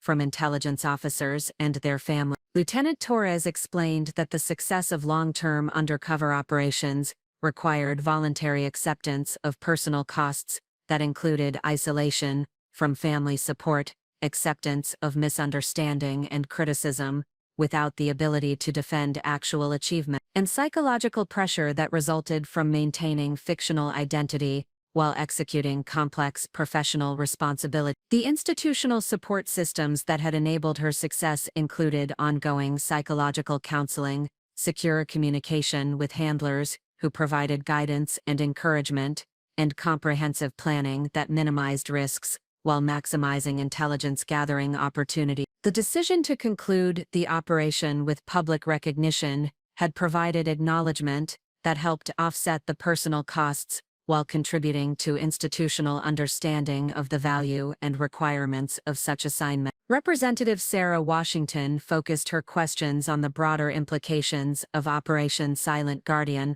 for understanding terrorist threats and developing effective counter-terrorism strategy. Her inquiry addressed how the intelligence gathered through human sources complemented technical capabilities and what operational insights had emerged from the comprehensive analysis of terrorist networks and activity. The response provided by Lieutenant Torres emphasized that terrorist organizations had adapted their operational security and communication methods to counter technical surveillance capabilities, making human intelligence increasingly important for understanding their planning processes and identifying vulnerabilities that could be exploited through law enforcement and military operations. The terrorist she had observed during her assignment had demonstrated sophisticated understanding of electronic surveillance capabilities and had developed communication methods and operational procedures designed to minimize their exposure to technical intelligence gathering. The success of future counterterrorism efforts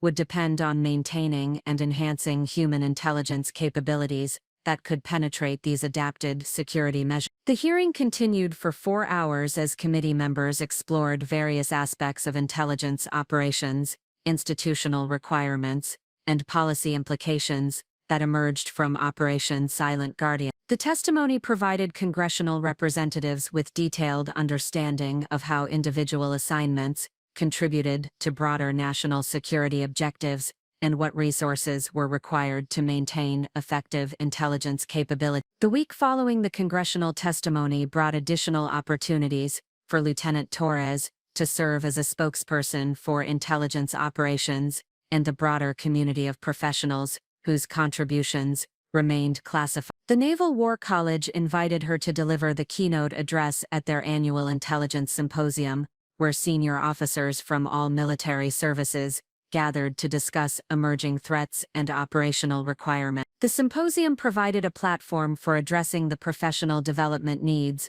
of intelligence officers and the institutional changes required to support the evolving nature of threats facing American interests. The audience included field-grade officers with extensive operational experience, as well as senior leaders responsible for strategic planning and resource allocation within the intelligence community. The address that Lieutenant Torres delivered focused on the integration of human intelligence capabilities with technical surveillance and analytical resources to create comprehensive understanding of terrorist networks and hostile foreign activity. The success of Operation Silent Guardian had demonstrated the value of combining traditional intelligence methods with innovative approaches that could adapt to evolving threats and operational environments. The presentation also addressed the recruitment and training requirements for developing officers capable of conducting long-term undercover operations in civilian settings. The psychological resilience, cultural adaptability, and analytical skills required for success in such assignments represented specialized capabilities that required focused development and ongoing institutional support. The discussion that followed the keynote address included questions about career development, pathways for intelligence officers, and the institutional recognition systems that could acknowledge exceptional service while maintaining operational security requirements. The audience expressed appreciation for the insights provided and requested additional opportunities for professional development that could benefit from Lieutenant Torres' operational experience and analytical expertise. The month concluded with an invitation to address the Intelligence and National Security Alliance, a professional organization that brought together intelligence professionals from government agencies, private sector contractors, and academic institutions. The audience represented the broader intelligence community and included individuals with diverse backgrounds and perspectives on the challenges facing American intelligence operations. The presentation at the Intelligence and National Security Alliance Conference focused on the lessons learned from Operation Silent Guardian and their implications for future intelligence operations. The discussion addressed the evolution of terrorist threats, the adaptation of intelligence capabilities to meet emerging challenges, and the institutional requirements for maintaining effectiveness in an increasingly complex operational environment. The conference also provided opportunities for Lieutenant Torres to engage with private sector representatives who supported intelligence operations through technology development, analytical services, and specialized training programs. The conversations revealed the complexity of modern intelligence operations and the coordination required between government agencies and private sector partners to maintain effective capability. The recognition that Lieutenant Torres received within the intelligence community extended beyond professional acknowledgement to include opportunities for contributing to policy development and institutional planning. The National Intelligence Council requested her participation in strategic assessments of terrorist threats and the effectiveness of current counter-terrorism approaches. The analytical work involved collaboration with senior intelligence officials responsible for providing strategic guidance to policymakers and operational commanders. The insights that Lieutenant Torres contributed from direct observation of terrorist activities and networks informed assessments of threat evolution and the adaptation of terrorist organizations to security pressures and law enforcement activity. The strategic assessments also addressed the resource requirements and institutional changes needed to maintain effective intelligence capabilities in response to evolving threats. The success of Operation Silent Guardian had validated specific approaches to human intelligence gathering, but it had also revealed gaps in institutional support systems and training programs that required attention to ensure continued effectiveness. The visibility that Lieutenant Torres gained within the intelligence community created opportunities for mentoring junior officers and contributing to professional development programs that could enhance the capabilities of the next generation of intelligence professionals. The Naval Intelligence Command established a mentorship program that paired experienced officers with junior personnel who expressed interest in human intelligence operations and counter-terrorism assignments. The mentorship responsibilities included providing guidance on career development, sharing insights from operational experience, and contributing to training programs that prepared officers for the psychological and professional challenges of intelligence work. The program reflected institutional recognition that the expertise developed during Operation Silent Guardian represented valuable knowledge that could benefit other officers and enhance overall intelligence capability. The month also brought the first of several media interviews that would help educate civilian audiences about the complexity and importance of intelligence operations while maintaining appropriate operational security. The interviews were carefully coordinated with public affairs officials to ensure that the information shared contributed to public understanding without compromising ongoing operations or revealing sensitive sources and methods. The media appearances included interviews with national security correspondents who specialized in covering intelligence and counterterrorism issues. The conversations focused on the strategic value of human intelligence operations and the personal sacrifices required from intelligence officers and their families to maintain effective capabilities against evolving threats. The interviews also addressed misconceptions about intelligence work and the reality of operations that required extensive preparation, ongoing psychological support, and comprehensive coordination between multiple agencies. The public recognition that Lieutenant Torres had received provided an opportunity to educate civilian audiences about the complexity and importance of intelligence work, while acknowledging the contributions of professionals whose achievements typically remained classified. As Lieutenant Torres reflected on the transition from invisible operative to public spokesperson for the intelligence community, she recognized that the platform provided by her recognition carried responsibilities that extended beyond personal achievement. The opportunities to influence policy development, contribute to institutional planning, and educate civilian audiences about intelligence operations represented chances to impact the effectiveness and support for intelligence capabilities that protected American interests and personnel. The journey from serving drinks at Sterling Harbor Country Club to testifying before congressional committees reflected the evolution of a career dedicated to national service. But it also demonstrated the potential for individual excellence to contribute to institutional capabilities and public understanding of the complex challenges facing American intelligence operations in an increasingly dangerous world. The anonymous email arrived in Lieutenant Torres's official Naval Intelligence Command account at 0347 hours on a Tuesday morning in her third week of service at Norfolk. The subject line contained no text, but the message body revealed a calculated attempt to undermine her credibility through the systematic distortion of information that had been gathered about her background, her service record, and the circumstances surrounding Operation Silent Guardian. The email originated from an untraceable account and contained allegations that Lieutenant Torres had exaggerated her role in the intelligence operation, falsified aspects of her service record, and collaborated with media outlets to enhance her public profile for personal advancement rather than legitimate national security purposes. The accusations were carefully constructed to exploit the classified nature of intelligence operations, making definitive refutation difficult without revealing sensitive information that remained protected under operational security requirements. The timing and sophistication of the attack suggested coordination by individuals with access to intelligence community information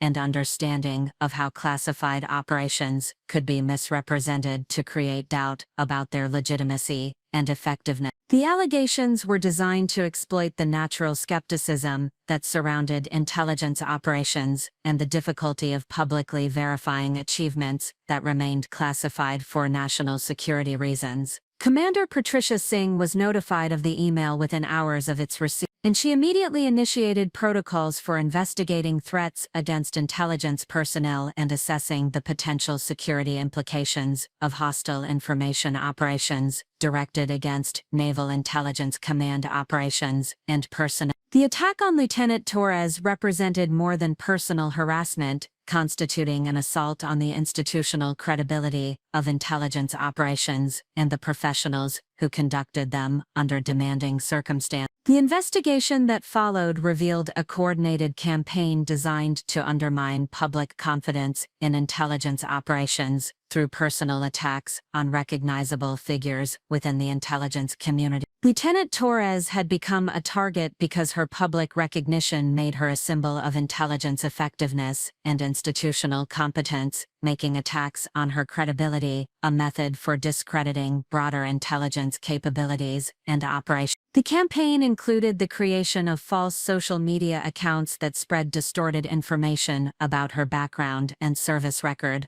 the circulation of fabricated documents that purported to contradict official accounts of Operation Silent Guardian, and the coordination of online harassment designed to discourage her from continuing her public advocacy for intelligence operations and professional development programs. The investigation identified connections between the anonymous email account and foreign intelligence services that had been actively working to undermine American intelligence capabilities through information operations designed to create doubt about the effectiveness and legitimacy of counterterrorism operations. The attack on Lieutenant Torres represented part of a broader hostile intelligence campaign targeting American national security institutions and personnel. The response to the attack required careful coordination between Naval Intelligence Command security officials, federal law enforcement agencies responsible for investigating foreign intelligence operations, and public affairs specialists who understood how to counter disinformation campaigns without inadvertently amplifying false allegations or revealing classified information that supported the accurate account of Lieutenant Torres' service and achievements.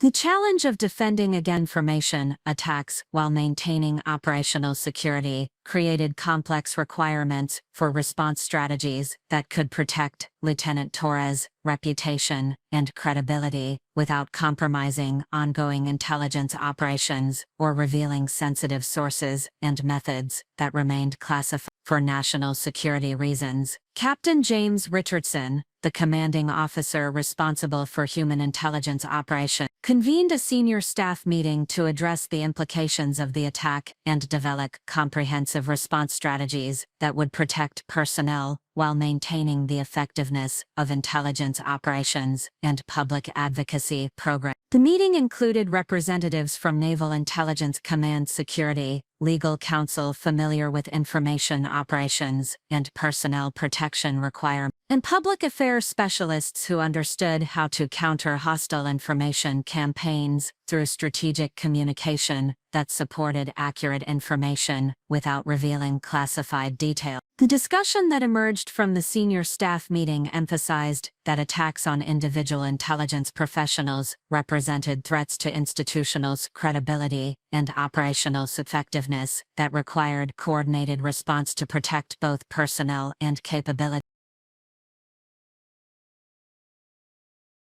The success of hostile information operations in discrediting intelligence professionals could discourage other officers from accepting challenging assignments and undermine public support for intelligence operations that were essential to national security. The response strategy that was developed included several coordinated elements designed to counter false allegations while protecting operational security and supporting Lieutenant Torres' continued effectiveness in her assigned responsibilities. The legal counsel would pursue investigation of the sources of false information and coordinate with federal law enforcement agencies responsible for addressing foreign intelligence operations targeting American personnel. Up next, you've got two more standout stories right on your screen. If this one hit the mark, you won't want to pass these up. Just click and check them out, and don't forget to subscribe and turn on the notification bell so you don't miss any upload from us.